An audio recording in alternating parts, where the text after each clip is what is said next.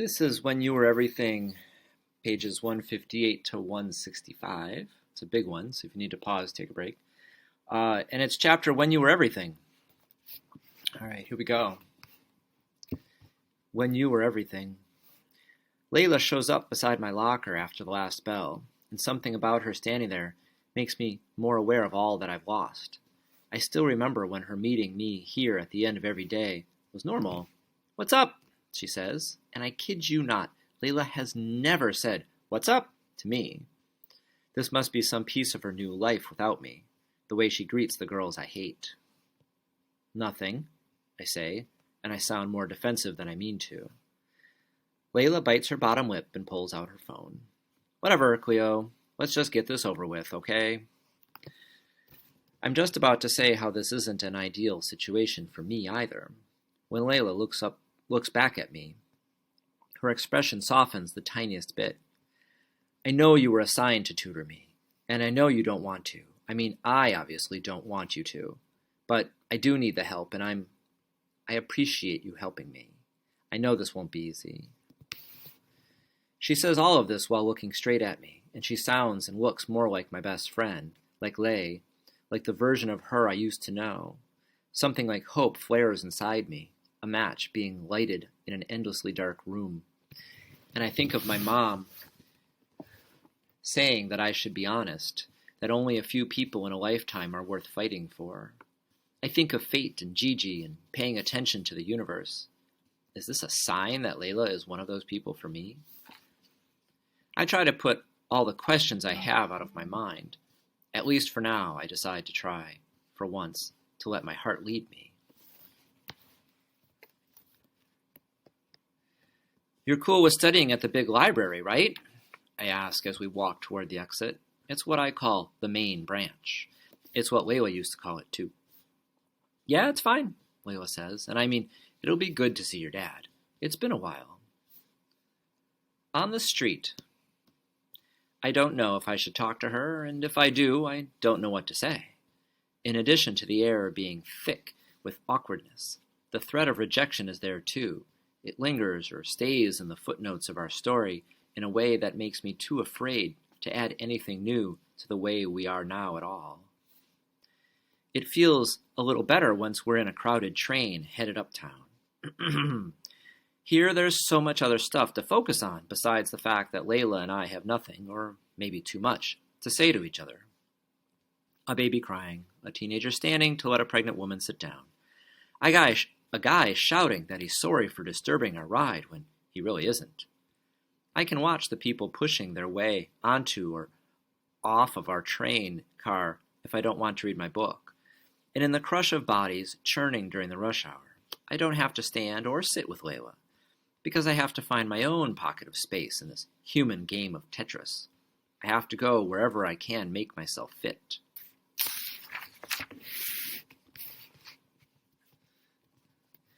The tension and the speechlessness don't let up until we walk into the library. Let me start that over. The tension and the speechlessness don't let up until we walk into one of the library's small meeting rooms. We enter the tiny space and take seats on opposite sides of the table. I pull out my copy of Macbeth, and Layla does the same. Looks like she got that extension from Novak after all. "So, was there anything about the play that stood out to you? Any conflicts or moments or things you thought were interesting or that you think someone else would have a different opinion about? We can piece together an argument for that." She opens her book to a dog-eared page pretty near the beginning of the play.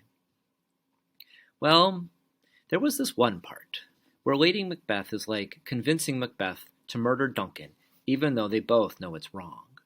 Layla tucks her pin-straight hair behind her ears and says, 'I guess I didn't get why he listened to her.' I flip to that page in my book, too. 'Well, she basically told him he wasn't a man if he didn't do it,' I say. I scan the passage and read the line once I find it. 'When you durst do it, then you were a man, and to be more than what you were, you would be so much more the man.' I look up at Layla, and she seems kind of confused. I put the book down and point to the cover, like I'm pointing to Macbeth himself. I think his ego was too big to take being challenged like that. Layla nods and rereads the lines to herself. But he obviously is a man, Layla says. He isn't even a cowardly guy or a loser. I mean, he had just fought in this massive war and won. Yeah, I shrug. But imagine doing all that, and it's still not being enough. And I mean, it hurts when the person you love most in the world says something bad about you. It's still hard to take, hard not to want to prove them wrong. I realize how this sounds a second after I say it. I think Layla does too, because we used to be each other's most loved person. Her eyebrows rise a little and I swallow. Hard. I didn't mean... I start. I know. Layla looks up and away from me. We can't escape our history. It touches every part of us. Luckily, she doesn't want to linger on this any more than I do. She picks up her book again. There's more, though. Like this unsex me line. It's like Lady Macbeth's definition of femininity and masculinity is so narrow. She needs to be unsexed in order to convince her husband to murder the king. And then she basically calls him a coward when he says he doesn't want to. And then, Layla flips a few pages, then Macbeth is all, I hope you only ever have boy babies because you can't give birth to anything feminine with a mind like that. Pretty messed up, right? I want to make a joke. I want to say, is that an exact translation? Because her reading is totally spot on. I grin and nod. What? She asks. Nothing. I just love that point. Maybe your argument could be about that. Like how traditional gender roles played a part in Macbeth's downfall? She looks up at me and I nod. Yeah, it's kind of brilliant, turning a modern eye on how similarly people still think of men and women even now, what they can and can't do, who they can and can't be.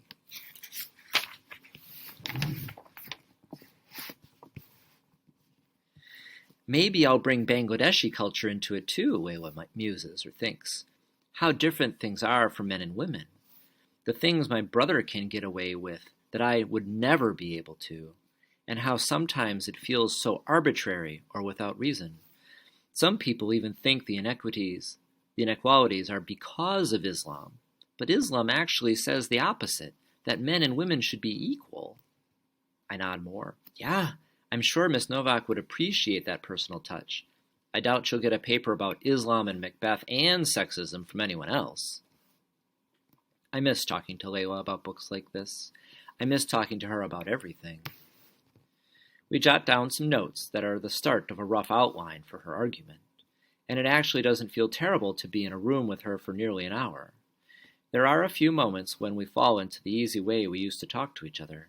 A few times, we even laugh. So why don't you work on the paper tonight and tomorrow, and then I can give it a read and let you know if I think you need to tighten anything up before you turn it in.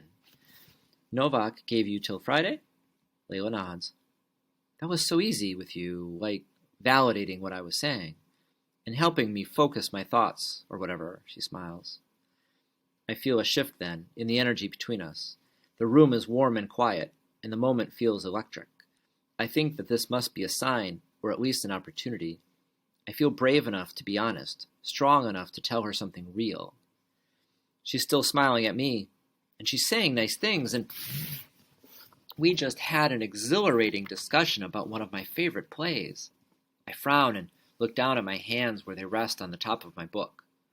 I think of Gigi, of Mom, and then of the line from Hamlet about asking your heart what it knows and listening. Layla, I start to say, and my voice is already shaking. I look up at her and we both swallow hard.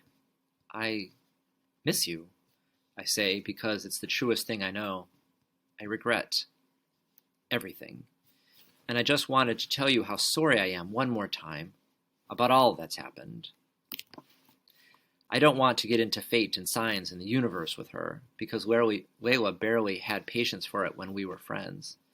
So I just say, do you think it's even remotely possible that we could be friends again? Her nostrils flare, which is something that always happens when Layla is trying hard not to cry. I take a deep breath. My mother's voice is in my head. If If you love someone, it's always worth it. You should fight like hell to hold on to them. I know it won't be exactly like it was before, I continue, when you were everything to me and I was everything to you, but I was hoping we might be able to try. Layla glances down at her book, then up to my eyes again. She shakes her head once, hard and fast, and she starts to look more mad than hurt. I thought we weren't going to do this anymore, Cleo. Her voice is hushed and icy. I thought we'd both decided that we were done. We had. But I guess some small part of me still believed in the possibility of us. I try not to let the tightness in my chest overtake me. I tried to hold it together as everything inside me goes hot with embarrassment, as every part of me aches with the agony of her rejection. Layla starts packing her stuff, throwing her book and her notebook and her pens into her bag. Her straight hair is hanging over her face like a heavy curtain as she does it, and I wonder if she'll ever rock her messy waves again. She's not talking to me anymore, just mumbling under her breath like I'm not even there. I knew this was a bad idea. I knew it. I stand up. I don't say anything else to her because I'll rage cry if I do. I just grab my things and head out of the room. I need to find my dad. I'm on the stairs when I shoot him a text. Map room, I send. I want to add an SOS, but I refrain so he won't be too worried. I rush away from Layla, who is texting pretty passionately on her own phone just behind me, and I wonder if she's telling Sloan about all I've said. When I get to the map room, I see someone else before my eyes find my dad. Sloan is standing against the back wall next to my father. She's talking to him, and it's so shocking seeing her out of context like this that for a second I can't move. She's leaning against one of the desks, instead of in the hallway at school or at a party surrounded by the chorus girls. I hear her say, "So why did you leave Chisholm Charter? Everyone loved you there." And I want to scream. The sound of her voice is a flint, and her speaking to someone else I love is the only spark it takes. I'm on fire. My dad grins. "That's so sweet of you to say, Sloan, but it was just time for a change." A shadow passes over his face that I've never seen there when I ask about him leaving. A sadness about it that I guess he doesn't want to show me.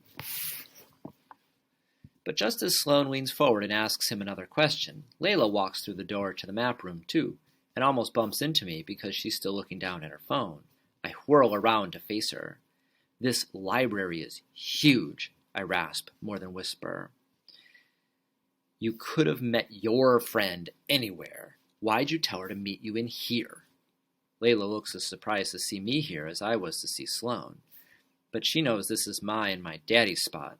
She has to know, because before everything changed, I told her. Even before she opens her mouth to say anything, I know she'll answer like new Layla, the one who has no problem being cruel to me.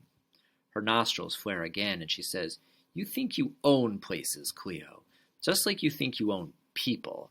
But guess what? It's a free country. This might come as a surprise to you, but you don't own me or this library or any of the other places we used to hang out. I can go anywhere I want, and so can my friends."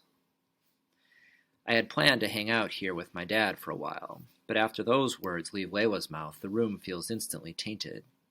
I add the map room to my mental list of places to rid Layla of, and decide to double down on my new memories project because, forget her. I quickly tell my dad I'll have to see him later. I pull out my phone and text Sydney. "Can you meet me at Washington Square Park?"